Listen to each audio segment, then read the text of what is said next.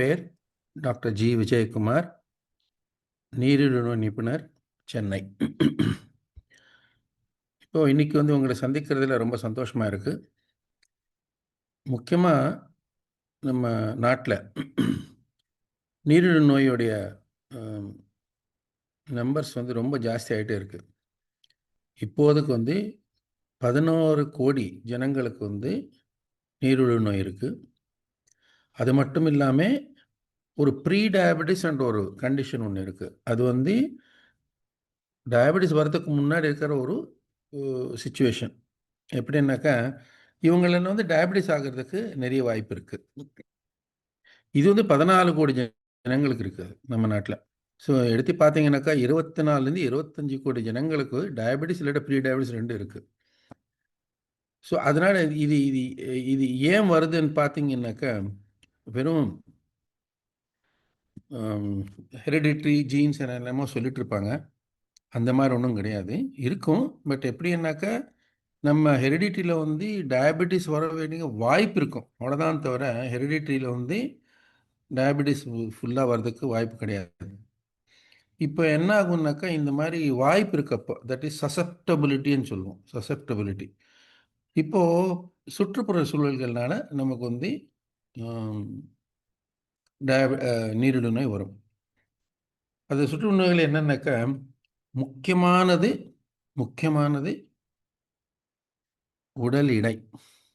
உடல் எடை ஜாஸ்தி ஆக எஸ்பெஷலி தொப்பை கூடுதலாகும்.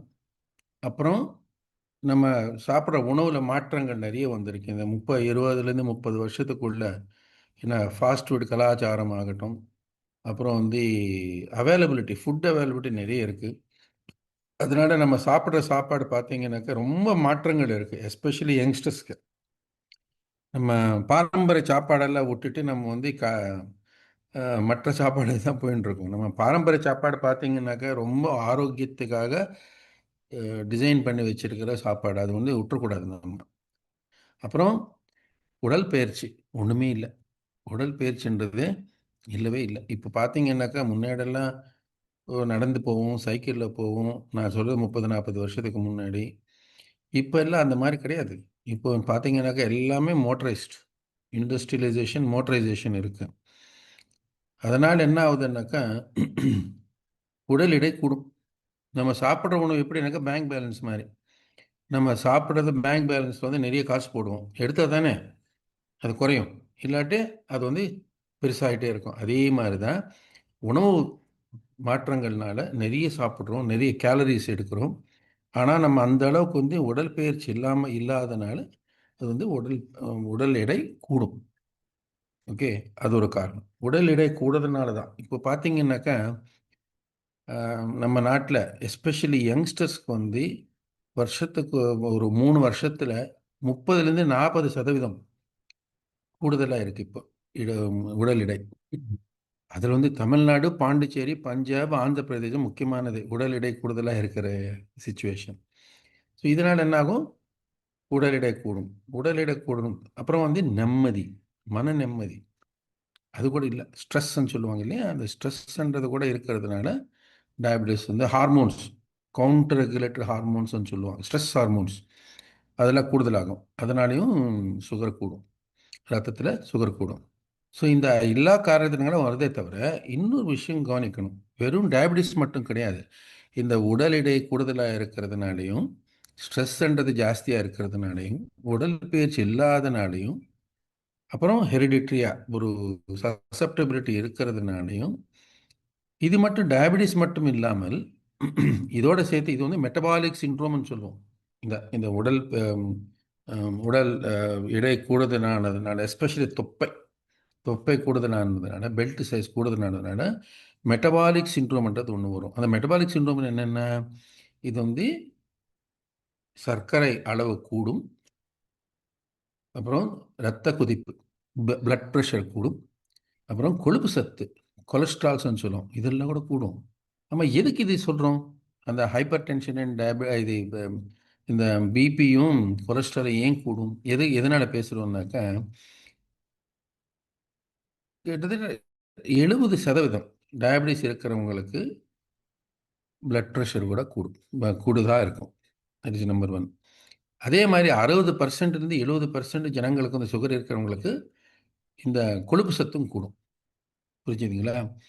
ஸோ இது இது எல்லாம் சேர்த்து இந்த இந்த கொழுப்பு சத்தும் அப்புறம் அப்புறம் வந்து பிபி ரத்த கொதிப்பும் கூடுதலானதுனால இதுக்கு ஒரு புதுசாக ஒன்று சொல்லிட்டு இருக்கோம். என்னன்னாக்கா லிப்பிட் டென்ஷன். லிப்பிடுன்னா கொலஸ்ட்ரால் வகைகள், டென்ஷன்னா ஹைப்பர் டென்ஷன், அதாவது ரத்த கொதிப்பு கூடுதலாக இருக்கிறது. ஸோ லிப்பிட் டென்ஷன், இந்த லிப்பிட் டென்ஷனும் சுகரும் சேர்ந்துடுத்தனாக்கா நம்ம கண்ட்ரோல் பண்ணலைன்னா நிறைய பிரச்சனைகள் வரும். எப்படின்னாக்கா கண்ணு பாதிப்பு வரலாம், ரெட்டினோபதின்னு சொல்லுவோம். கிட்னி பாதிப்பு வரலாம், தட் இஸ் நெஃப்ரோபதின்னு சொல்லுவோம். நியூரோபதி நரம்பு நரம்பு வந்து அடிப்படையினால நியூரோபதி வரும். எல்லாத்துக்கும் மேலே முக்கியமானது, இது கண்ட்ரோல் பண்ணலைன்னா இதய நோய் வரும். ஹார்ட் அட்டாக், ஸ்ட்ரோக், பிரெயினுக்கு அதுக்கும் வர்றதுக்கு வாய்ப்பு இருக்குது. சரிங்களா? நான் இதெல்லாம் தடுக்கலாமா? எஸ். ஆராய்ச்சியில் என்ன புரிஞ்சுதுன்னாக்கா யூகேபிடிஎஸ்ன்றதில் வெறும் சர்க்கரை நோய் மட்டும் பார்த்தா பத்தாது, பிபியும் கொலஸ்ட்ரால் ரெண்டும் ரெண்டும் இந்த குறிப்பிட்ட அளவுக்குள்ள வச்சுக்கிட்டோம்னாக்கா டெஃபினட்டாக இந்த இதய நோய் வராமல் இருக்கிறதுக்கும், கிட்னியும் பாதிப்பு, கண்ணு பாதிப்பு, நரம்பு பாதிப்பு வராமல் தடுக்கிறதுக்கு நல்ல வாய்ப்பு இருக்குன்னு ஆராய்ச்சியில் தெரிஞ்சது. இப்போது என்ன பண்ணலான்னு முக்கியமாக டயட் கண்ட்ரோல், உடற்பயிற்சி. எப்படின்னாக்கா இதெல்லாம் இந்த பிரச்சனைகள் வராமல் தடுக்கணும்னாக்கா ஒரே ஒரு வழி தான். என்னென்னா உடற்பயிற்சி வந்து டயட் கண்ட்ரோல். என்னக்கா நம்ம பாரம்பரிய சாப்பாடு தான். என்ன டயபெட்டிஸ் வந்து ஒன்றுமே சாப்பிடக்கூடாதுன்ற மாதிரி ஒரு ஃபீலிங் எல்லோருக்கும். அந்த மாதிரி கிடையாது. சாப்பிடுங்க. பாரம்பரிய சாப்பாடு சாப்பிட்டா கொஞ்சம் மாற்றங்கள் பண்ண வேண்டியது இருக்கும். கொஞ்சம் 20% அந்த கார்போஹைட்ரேட், மாவு சத்து, இட்லி, தோசை, பொங்கல், உப்புமா, சாதம் சாப்பிடுங்க, தப்பே கிடையாது. நீங்கள் 4 இட்லி சாப்பிட்றீங்களா, 3 சாப்பிடுங்க. 4 தோசை சாப்பிடுங்க, 3 சாப்பிடுங்க. 2 கப்பு சாதம் சாப்பிடுங்க, 1.5 கப்பு சாதம், அவ்வளோதான். அதுக்கு மேலே ஒன்றும் குறைக்க தேவையில்லை. அது சாப்பிட்டுட்டு அதுக்கு பதிலாக நிறைய புரோட்டீன், இந்த மாதிரி வெஜிடபிள்ஸ் நிறைய சேர்த்துக்கணும். அப்புறம் வெஜிடபிள்ஸ்னால் கிழங்கு கிடையாது, பூமிக்கு மேலே வர காய்கறி எல்லாமே நல்லா சேர்த்துக்கலாம். அப்புறம் பருப்பு, சுண்டல், பன்னீர், சிக்கன், ஃபிஷ் இதில் கூட சேர்த்துக்கலாம். பட் ஆனால் அதில் வந்து எண்ணெயில் வறுத்தாமல் பார்த்துக்கணும். ரொம்ப முக்கியமானது, எண்ணெயில் வறுத்தது கூடாது. ஸோ அது வந்து நீங்கள் வந்து கார்போஹைட்ரேட் கொஞ்சம் குறைச்சிடலாம், ப்ரோட்டீன் இன்க்ரீஸ் பண்ணிக்கோங்க. அப்புறம் அப்புறம் வந்து சமையலில் வந்து எவ்வளோ கம்மியாக எண்ணெய் யூஸ் பண்ணால் அவ்வளோ நல்லது. இதுலேயே இது பண்ணிவிட்டு ஒரு நாளுக்கு ஒரு 30லேருந்து 45 நிமிஷம் வாக்கிங் பண்ணிங்கனாக்கா, இல்லாட்டா 20லேருந்து 25 நிமிஷம் ஓடலாம், ஜாகிங் பண்ணிட்டீங்கன்னாக்கா டெஃபினட்டாக உடல் எடை கம்மியாகும். அது மட்டும் இல்லாமல் ஹார்ட்டுக்கும் லங்ஸ் எஃபிஷியன்சி இம்ப்ரூவ் ஆகும். அது மட்டும் இல்லாமலே நம்ம எடுக்க வேண்டிய உடல் எடை குறைஞ்ச உடனே பிபி குறையும், சுகர் குறையும், கொலஸ்ட்ராலும் குறையும். ரொம்ப இம்பார்ட்டன்ட். ஆல்ரெடி நீங்கள் மெடிசன்ஸ் இருக்கீங்கன்னாக்கா அந்த அளவு கூட கம்மியாகும், மெடிசன்ஸ் எடுக்கிற அளவு கூட கம்மியாகும். ஸோ இது ரொம்ப இம்பார்ட்டண்ட். ஸோ கண்ட்ரோல், மாற்றங்கள், மாற்றங்கள் நம்ம லைஃப் ஸ்டைல் மாடிஃபிகேஷன் சொல்லுவோம். இது வந்து பண்ண வேண்டியது இருக்குது. அப்புறம் ஒரே ஒன்று ஞாபகம் வச்சுக்கோங்க, ABCDEF இது ஞாபகம் வச்சுக்கிட்டா போதும். ஏன்னா A1C அப்படின்னா கடந்த 3-4 மாதமாக நம்ம சர்க்கரை அளவு தெரிஞ்சிடும். HbA1c அது 7 வச்சுக்கணும். நம்பர் 1. அந்த வசதி இல்லையா? டயபெட்டிஸ் எப்படி கண்ட்ரோல் பண்ணணும்? சாப்பிட்றதுக்கு முன்னாடி 110, சாப்பிட்றதுக்கு அப்புறம் 160, அதுக்குள்ளே வச்சுக்கோங்க. ரூ. 100, ரூ. 160 அந்த மாதிரி வச்சுக்கோங்க. ரூ. 110, ரூ. 160. ஸோ அதுக்குள்ளே வச்சுக்கிட்டிங்கனாக்கா நல்லாயிருக்கும். அப்புறம் ரத்த கொதிப்பு எப்படின்னாக்கா 130/80 மேலே போகாமல் பார்த்துக்கணும். 130 சிஸ்டாலிக், 130 டயஸ்டாலிக் கீழே வேல்யூ இருக்கும், அது 80. இதுக்கு மேலே போகாமல் பார்க்கணும். அப்புறம் கொழுப்பு சத்து பார்த்தீங்கன்னாக்கா இதில் வந்து டோட்டல் கொலஸ்ட்ரால்ன்றது இருக்கும், அது 200 வச்சுக்கணும். 140 வச்சுக்கிட்டால் இன்னும் நல்லது. நம்ம நாட்டில் வந்து நம்ம ஜனங்களுக்கு வந்து ட்ரைக்ளிசரைடுன்றது கூடுதலாக இருக்கும். இது வந்து உடல் எடை குறைஞ்ச உடனே ட்ரைக்ளிசரைடும் குறையும். அருமையாக டயபெட்டிஸ் கண்ட்ரோல் பண்ணிங்கன்னா ட்ரைக்ளிசரைடும் குறையும். இது கெட்ட கொலஸ்ட்ரால். அதே மாதிரி LDLன்னு இருக்கும், அதுவும் கெட்ட கொலஸ்ட்ரால், அது 70 வச்சுக்கிட்டால் நல்லது. இங்கே இது போக ஹெச்டிஎல், ஹை டென்சிட்டி லைப்போப்ரோட்டீன் சொல்லுவோம். இது வந்து குட் கொலஸ்ட்ரால். இது வந்து ஹார்ட்டை ப்ரொடெக்ட் பண்ணும், இதையும் ப்ரொடெக்ட் பண்ணும். இது எப்படி என்னாக்கா இது வந்து எக்ஸசைஸில் தான் கூடுமே தவிர அதுக்கு மருந்து கிடையாது. வேற அந்த கெட்ட கொலஸ்ட்ரால் குறைக்கிறதுக்கு ஸ்டாட்டின்ஸ் இருக்குது, ஃபிப்ரேஷன் இருக்குது. அதில் முக்கியமாக ரோசுவாஸ்டாட்டின் என்றது ஒன்று இருக்குது. அதே மாதிரி ரோசுவாஸ்டாட்டின் என்ற ஒரு மாலிக்யூல் இருக்குது. அது வந்து போட்டிங்கன்னா ஸ்டாட்டின், அது போட்டிங்கன்னாக்கா கொலஸ்ட்ரால் அளவு கம்மியாகும். இப்போ ரத்த கொதிப்பு பார்த்தீங்கன்னாக்கா இதில் வந்து உப்பு கம்மியாக சேர்க்கணும். எப்படின்னாக்கா முக்கியமாக என்ன பண்ணது அடிஷ்னல் சால்ட்டுன்னு சொல்லுவோம். எப்படின்னாக்கா நம்ம உணவு சமைக்கிறது மட்டும் இல்லாமல் அதுக்கப்புறம் என்ன பண்ணுவோம், மோரில் தேல் உப்பு போடுவோம். அப்புறம் எண்ணெயில் வறுத்த பொருளில் மசாலா இருக்கிற பொருள் உப்பு ஜாஸ்தி இருக்கும் இல்லையா? ஊறுகாய், தொகையல், பச்சடி இதில் எதுவும் உப்பு ஜாஸ்தி இருக்கும்.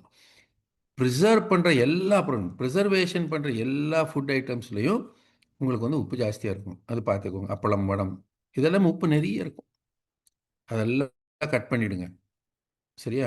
உப்பு கொஞ்சம் குறைச்சி சமைக்கட்டும், நல்லது. இது வந்து பார்த்தீங்கன்னாக்கா இந்த இன்ஸ்ட்ரக்ஷனில் பார்த்தீங்கன்னா டயபெட்டிஸ் மட்டும் இல்லை, டயபெட்டிஸ் இல்லாதவங்களுக்கும் நல்லது. இது வந்து நல்ல உணவு. நான் சொல்லதெல்லாம் நல்ல உணவு. நீரிழிவு இருக்கிறவங்க மட்டும் கிடையாது, மற்றவங்களுக்கும் டெஃபினட்டாக இது வந்து உதவும், நல்ல ஹெல்த் கொடுக்கும். ஸோ ஏன்னா ஏன்னா A1C, சரியா? பி என்ன பிளட் ப்ரெஷர், ரத்த கொதிப்பு. பி என்ன ரத்த கொதிப்பு 130/80 தாண்டம் பார்த்துக்கோங்க. சி என்ன கொலஸ்ட்ரால், நான் ஆல்ரெடி சொல்லிட்டேன். டோட்டல் கொலஸ்ட்ரால் வந்து 140 வச்சுக்கோங்க. ஹெச்டிஎல் கூடுதலாக வைங்க, 35-40 மேலே போனால் நல்லது, எக்ஸசைஸ்னால முடியும். எல்டிஎல்ன்றது வந்து 70 வச்சுக்கோங்க. சரியா? இது வந்து சி. அப்புறம் இதெல்லாம் எப்படி சாதிக்க முடியும்? டி டயட் கண்ட்ரோல், உணவு கட்டுப்பாடு. நான் ஆல்ரெடி எக்ஸ்பிளைன் பண்ணிட்டேன், உணவு கட்டுப்பாடு. இ என்ன எக்ஸசைஸ். என்ன எக்ஸசைஸ் எப்படின்னா உடல் பயிற்சி. நான் சொன்னேன் இல்லையா, ஒரு ஜாகிங்கன்னா ஒரு 20-25 நிமிஷம், ஃபாஸ்ட் வாக்கிங்கன்னா 40-45 நிமிஷம், நல்லாயிருக்கும். ஹெல்த்து கூட நல்லது. அடிக்ட் ஆகணும், எக்ஸசைஸ்க்கு டயட்டுக்கு அடிக்ட் ஆகணும். அப்புறம் லாஸ்ட் எஃப்ன்றது ஃபாலோ அப், ரொம்ப இம்பார்ட்டன்ட். டாக்டர் கொடுத்துட்டாரு, ஒரு வருஷம் 2 வருஷம் பார்க்கறதுலாம் நினைக்கிறீங்க, கிடையாது. சுகரோட குணம் மாறிட்டே இருக்கும், பிபி குணம் மாறிட்டே இருக்கும், கொலஸ்ட்ரால் குணம் மாறிட்டே இருக்கணும். இன்னைக்கு கொலஸ்ட்ரால் இல்லாமல் இருக்கா, நாளைக்கு வரும் இல்லைங்களா? ஸோ அதனால் இந்த குணம், இந்த வியாதியோட குணம் மாறிட்டே இருக்கும். அந்த மாற்றங்களை தகுந்த மாதிரி நாங்கள் வந்து டாக்டராக வந்து உங்கள் ஸ்ட்ராட்டஜி மாற்றுவோம், மருந்து மாற்றுவோம், மருந்து இன்க்ளூட் பண்ணுவோம். பிபி, கொலஸ்ட்ராலுக்கு, எல்லாத்துக்கும், சுகருக்கு சம்மந்தம். அதனால் ஃபாலோ அப் அட்லீஸ்ட் 3 மாதத்துக்கு ஒரு வாட்டி ரத்த பரிசோதனை பண்ணிவிட்டு டாக்டர் பார்க்குறது ரொம்ப இம்பார்ட்டண்ட்டு. அப்புறம் கொலஸ்ட்ரால்ன்றது வந்து வருஷத்துக்கு ஒரு வாட்டி பண்ணால் கூட போதும். ஸோ இது வந்து ABCDEF நீங்கள் ஃபாலோ பண்ணிட்டீங்கன்னாக்கா முழு வாழ்க்கை தொல்லைகள் இல்லாமல், என்ன தொல்லைகள் இல்லாமல். ஸோ சுகர் கண்ட்ரோல் பண்ணுங்கள், பிபி கண்ட்ரோல் பண்ணுங்கள், அப்புறம் வந்து கொலஸ்ட்ராலும் கண்ட்ரோல் பண்ணுங்கள். முழு வாழ்க்கை இருக்கிறது, அதே தொல்லை இல்லாமல், காம்ப்ளிகேஷன்ஸ் இல்லாமல் ஃபுல் லைஃப் இருக்கிறதுக்கு நல்ல வாய்ப்பு இருக்குது. இது வந்து ஒரு ஆட்டிடியூட் கூட வேணும் உங்களுக்கு, பாசிட்டிவ் ஆட்டிடியூடுன்னு சொல்லுவோம். இப்படி என்ன பாசிட்டிவ் ஆட்டிடியூடுன்னா, சுகர் வியாதி வந்ததேன்னு வருத்தப்படாதுங்க, அது வந்து ஜெயிக்கிறதுக்கு முயற்சி பண்ணுங்க, முடியும். நாங்கள் கிளினிக்கில் பார்க்குறோம், 25-30 வருஷம் சுகர் வச்சுக்கிட்டு ஒரு தொல்லை இல்லாமல் ஜம்முன்னு வாழ்கிறாங்க. அவங்க பண்ணதில் சின்ன சின்ன மாற்றங்கள் லைஃப்பில், அது தவிர வேறு ஒன்றுமே கிடையாது. கண்டிப்பாக நீங்கள் எல்லாம் நல்லா இருக்கணும் சொல்லி நான் வந்து ஆசிச்சுட்ருக்கேன். வணக்கம்.